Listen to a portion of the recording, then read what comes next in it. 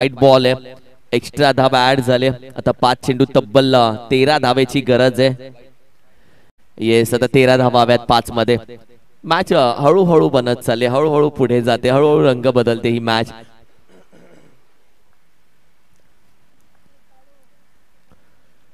यावेळी देखील फटका आपण पाहिलं तर मोठा खेळण्याचा प्रयत्न आहे. सनीच्या हातामध्ये चेंडू जरूर जातोय, जो विकेट किपर म्हणून उभा आहे.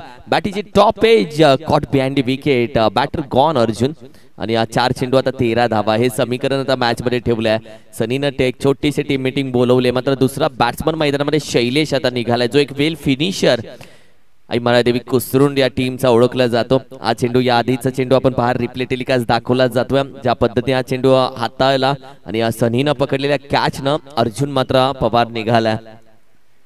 शैलेश आता मैदानामध्ये दाखल होतोय, न्यू बॅटर, ज्याला 4 चेंडू मध्ये तब्बल 13 धावा करायचे. मात्र दुसरा साइड आपण पाहिलं निलेशने देखील एक चांगली गोलंदाजी आतापर्यंत सादर केली आहे. पण हे 4 चेंडू त्याच्यासाठी खूप महत्वाचे असतील, ना की त्याच्या टीमचं भविष्य या 4 चेंडूवरती आहे. आणि खऱ्या अर्थानं मी म्हणेल तेच तर भविष्य त्याच्या हातामध्ये आहे.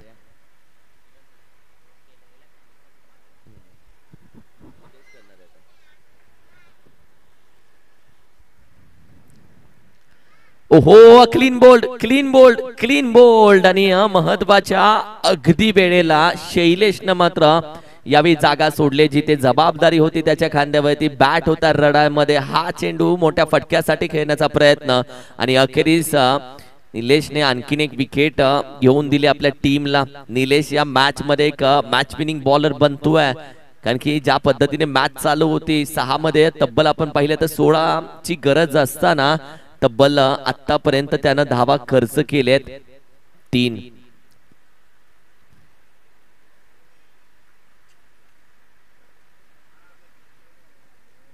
दुईलवाडी टीम कॅप्टन, यानंतर टॉस करणार आहोत लगेच या, कारण की मॅच थांबणार नाहीयेत आणि मॅच थांबवल्या जाणार नाहीयेत. येस कॅप्टन, येऊन थांबा या वरती. याच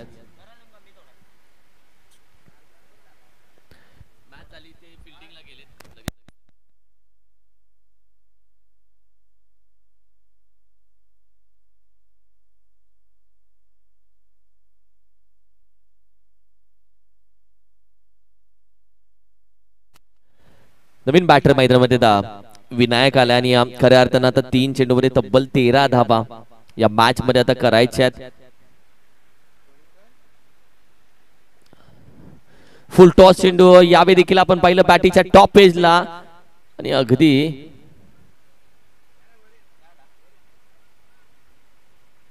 येस, बॅटर थोडासा पुढे होता, अंपायर सांगतायत की काय. आणि चल टॉस घेऊयात, आमच्या लहू जाधव सर टॉस घेतात. आणि यावेळी मात्र आणखीन एक बॅटर गॉन होतोय, कारण की अंपायरनं सांगितलं की बॅटर ऑलरेडी थोडासा पुढे उभा आहे. आणि अशा वेळी आपण पाहिलं तर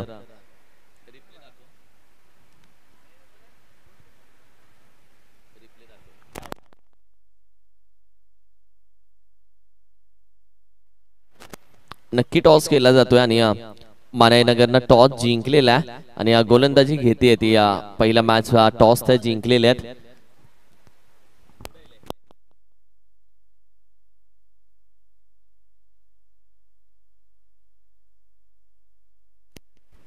कारण की विनायक आपण पाहिलं तर रिप्ले मध्ये पूर्ण तो पुढे उभा आहे आणि ऑलरेडी चेंडू टाकत असताना एक पाऊल आणखीन पुढे निघाला होता तो.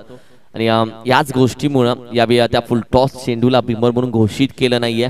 आणि एक चांगला निर्णय लेग अंपायरनं यावेळी मात्र पोहोचवला आपल्यापर्यंत. आता नवीन बॅटर मैदानामध्ये दाखल झालेत अक्षय.